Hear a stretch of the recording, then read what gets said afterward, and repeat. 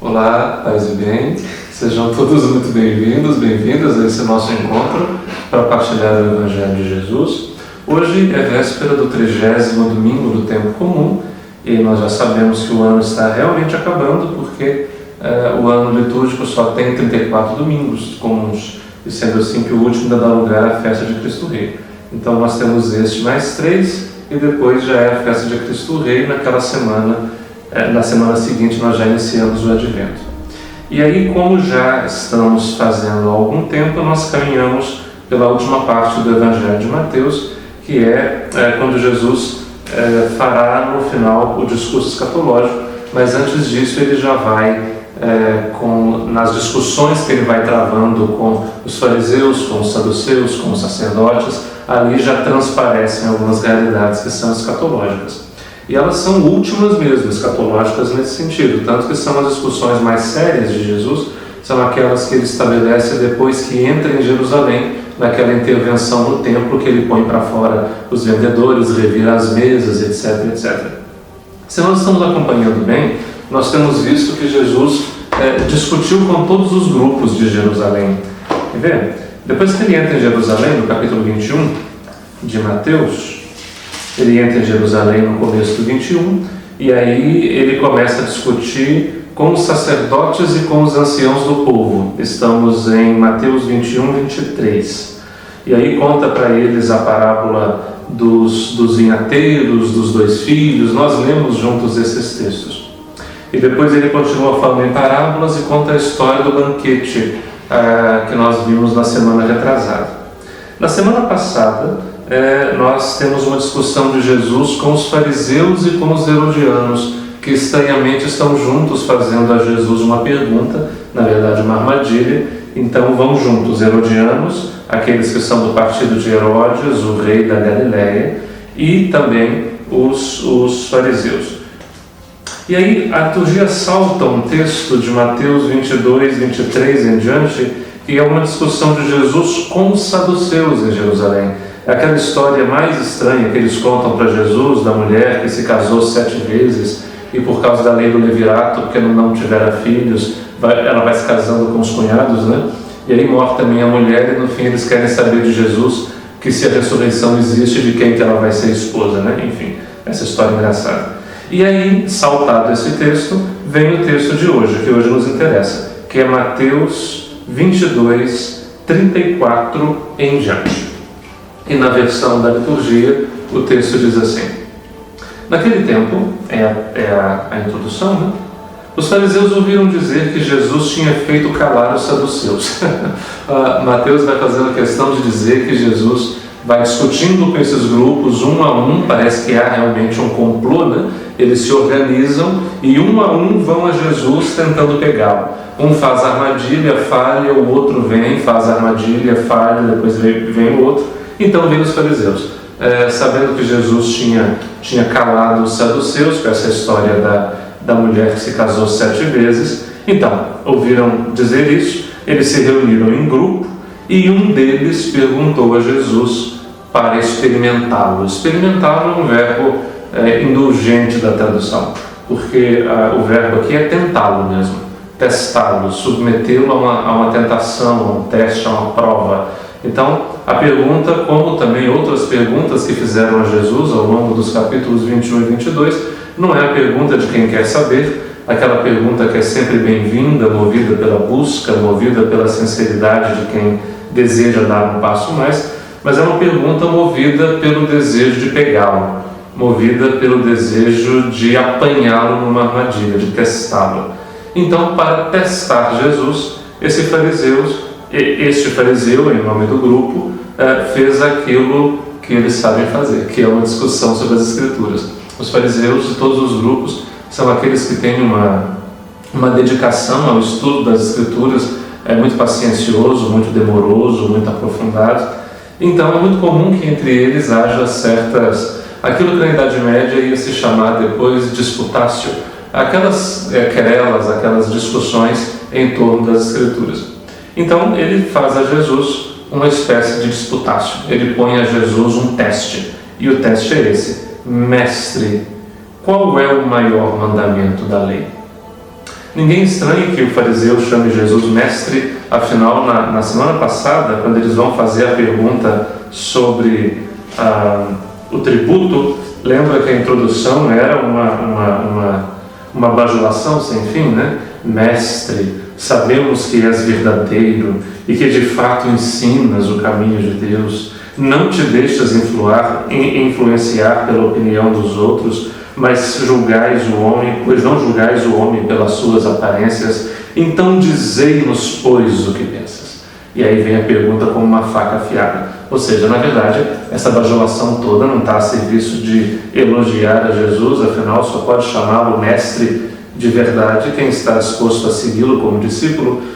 Vindo de fora do discipulado, esse adjetivo mestre está a serviço muito mais da bajulação, ou da ironia, ou do sarcasmo, ou do deboche, do que propriamente do reconhecimento, e esse é o caso. Então, assim como lá, sabemos que não te deixas influenciar por ninguém, então dize-nos o que pensas, ou seja, responde por ti mesmo, né? Está sozinho agora, não recorra a nada, respondas por ti. O que você pensa sobre isso? Pois então, aqui é a mesma coisa, mestre, e aí vem a pergunta, qual o maior mandamento da lei? A pergunta não deixa de ser também uma armadilha, porque aqui a lei não é apenas a Torá, a Escritura, a lei é mais que isso. Aqui eles estão falando de todos os mandamentos, preceitos, decretos, tudo aquilo que compõe a observância da vida de um bom judeu. E nós sabemos que são muitos mandamentos, né? São centenas deles. Então era muito comum que, já que eram tantos os mandamentos, e já que era difícil inclusive memorizá-los de tantos que eram, era preciso que houvesse chaves de leitura. Então, na impossibilidade de saber todos e de cumprir todos, qual é o principal? Quais são os caminhos principais? E aí então é uma pergunta comum. Essa pergunta é feita a Jesus com a intenção de experimentá-lo, de tentá-lo. Ou seja, o que será que ele vai apontar como sendo o maior de todos os mandamentos? Havia quem dissesse, por exemplo, se nós lemos o Decálogo, as 10 palavras, né? Tanto no Levítico, tanto no Êxodo como no Deuteronômio, lá, por exemplo, o mandamento do sábado ocupa um lugar central. Inclusive, literariamente, o mandamento do sábado se distingue no Deuteronômio, por exemplo. Então, ele seria uma espécie de chave, uma espécie de maior dos mandamentos, que ilumina e que dá sentido e que dá estrutura a todo o Decálogo. Era uma resposta possível. Então, são várias as respostas possíveis, uma vez que esse cenário dos mandamentos são tantos. Então, a pergunta é essa para Jesus: qual é o maior mandamento da lei? Jesus respondeu: amarás o Senhor teu Deus com todo o teu coração, de toda a tua alma e com todo o teu entendimento. Esse é o maior e o primeiro mandamento. A citação de Jesus é do Deuteronômio 6,4, é aquilo que é chamado a profissão de fé de Israel. Não pertence propriamente ao Decálogo, mas é aquele mandamento, vamos dizer assim, que de alguma maneira compõe a identidade da fé de um bom judeu. Amarás o Senhor teu Deus. E aí diz como deve amá-lo, né? Com todo o teu coração, com toda a tua alma e com todo o teu entendimento. Lembrem-se que o hebraico é uma língua que não conhece abstrações como as nossas línguas. É uma língua muito prática. Então, palavras como tudo, sempre, nada, nunca, são palavras abstratas. São palavras que em si mesmo não têm muito significado. Tanto que dizer assim, eu sempre faço isso. Mas sempre quando? O que você entende como sempre? Você faz mesmo sempre, todo o tempo? Não, então no hebraico se compõe e se preenche essa abstração com conteúdos. Então, por exemplo, observarás esta lei quando estiveres em tua casa e quando estiveres nos caminhos, quando estiveres em tua terra e quando estiveres em terra estrangeira. Veja, para dizer sempre, ele preenche quase sempre binariamente ou ternariamente. Aqui é um preenchimento desse ternário, né? Amarás o Senhor teu Deus com todo o teu coração, com toda a tua alma e com todo o teu entendimento. Ou seja, amarás inteiramente. Aliás, é a única maneira de amar, né? Não dá para amar pela metade. Amar não é uma capacidade que a gente exercita apenas com parte da gente. A gente só pode amar se amar inteiramente. Se você ama com todo o coração, o coração para um judeu é o centro do pensamento. Eles pensam com o coração, né? A gente fala que pensa com a cabeça, eles pensam com o coração. Ou seja, é o centro da consciência, é o centro da vida enquanto consciência de si, enquanto lugar das decisões. Por isso, gestar no coração uma decisão é uma expressão bastante judaica. Então, amarás com todo o teu pensamento, com toda a tua consciência, com todo o teu coração, com toda a tua alma, significa com tudo aquilo que tens dentro de ti, com tudo aquilo que compõe o mundo da tua interioridade. Isso é alma. Ou uma boa tradução para alma é vida. Você o amará com toda a sua vida, com tudo aquilo que te faz viver, com tudo aquilo que te anima, com tudo aquilo que te dá energia e força e alegria de vida. E com todo o teu entendimento. O amor também não é estúpido. O amor ele tem consequências e ele tem critérios e ele tem exigências. Então não ame de maneira inconsequente, não ame de maneira descomprometida, mas ame consciente do que isso significa. Então amarás inteiramente. Não sobrará nada que esteja dispensado ou fora desse amor que está sendo proposto. E é interessante que o mandamento seja amar, porque amar é precisamente o tipo de atitude que não é possível fazer por obrigação. E aí nós vamos entendendo que mandamento não é propriamente uma obrigação, não é propriamente uma ordem que vem de fora para me constranger a fazer uma coisa que eu não quero. Afinal, amar é o tipo de coisa que não dá para fazer por força de obrigação. Assim como deixar de amar não é uma coisa que se faça por mera proibição que vem de fora. Não é arbitrário.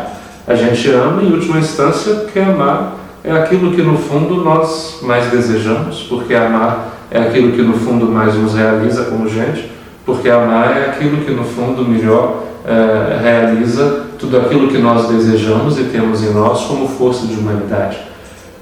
E ser amado é aquilo que no fundo nós mais buscamos e desejamos e queremos na vida.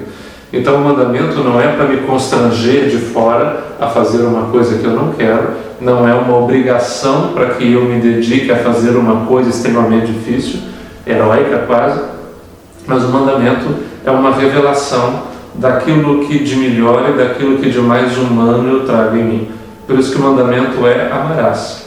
Já que amar é aquilo que mais nos realiza e nos faz felizes e nos torna humanos, o mandamento é para isso, para nos realizar, para nos fazer felizes e para nos fazer cada vez mais humanos. Então, amarás. O mandamento jamais será uma ordem externa, mas será uma inclinação do coração, será uma realização dos nossos anseios de humanidade. Então amarás o Senhor teu Deus com todo o teu coração, com toda a tua alma e com todo o teu entendimento. Ou seja, não é obedecer a Deus em primeiro lugar, não é honrá-lo em primeiro lugar. Aliás, o mandamento, por exemplo, para os pais é honrar. Honrarás teu pai e tua mãe. Para Deus não, para Deus é amar. E aí significa estabelecer uma relação com Ele, significa tê-lo próximo, afinal a gente quando ama traz dentro de si o amado o tempo todo.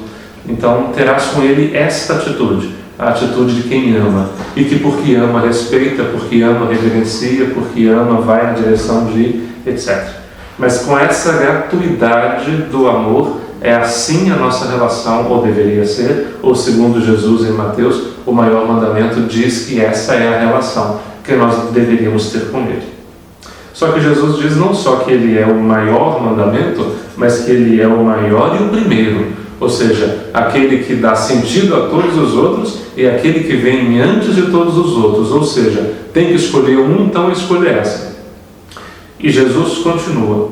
O segundo, o rapaz perguntou um só, né? Pois é, Jesus continua. E o segundo é semelhante a esse.